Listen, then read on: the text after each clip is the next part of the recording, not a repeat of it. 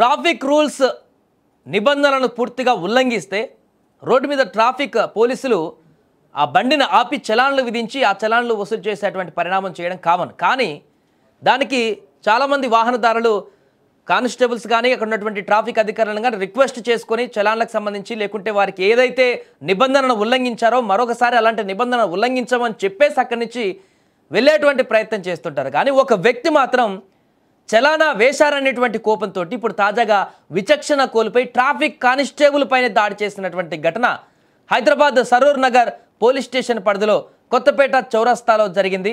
ఇది కొంత ఆలస్యంగా వెలుగులోకి వచ్చింది.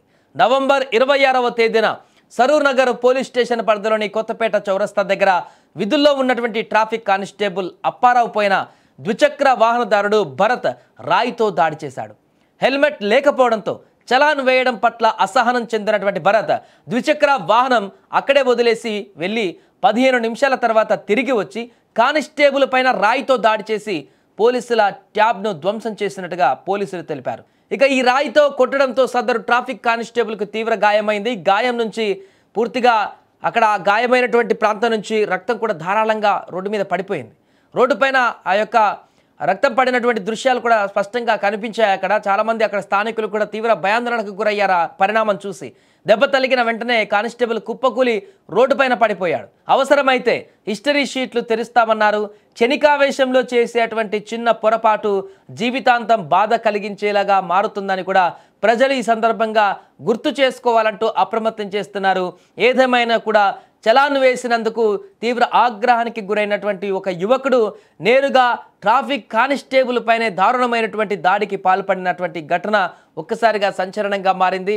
ఇలాంటి దుశ్చర్యలకు ఎవరు పాల్పడ్డా కూడా కఠిన చర్యలు ఉంటాయి, వారు పూర్తిగా శిక్షార్హులంటూ కూడా హెచ్చరిస్తున్నారు. ఈ సందర్భంగా అమాయకుడు అక్కడ తన విధిలో భాగంగా విధిని నిర్వర్తిస్తున్నటువంటి ఆ కానిస్టేబుల్ తన పని తాను చేసుకుంటూ పోతున్నటువంటి ఆ కానిస్టేబుల్ పైన ఈ రకంగా దారుణమైనటువంటి దాడి. అక్కడ బైక్ పెట్టి వెళ్ళిపోయిన తర్వాత మరలా సైలెంట్గా వచ్చి 15 నిమిషాల తర్వాత రాయి తీసుకొని తల మీద బలంగా కొట్టి ఒక రకంగా హత్యాయత్నం అని చెప్పుకోవచ్చు ఇది. ఎందుకంటే భారీ గాయమైంది తలకు. ఇంకా తలగరాని చోట తలకాయ మీద ఎక్కడో ఒక చోట బ్రెయిన్ లాంటి ప్రదేశంలో తలిగితే ఇంకా భారీ ప్రమాదం జరుగుతుండేది. ఇప్పటికే తీవ్ర గాయమై ఆసుపత్రిలో ఉన్నాడు ఆ కానిస్టేబుల్.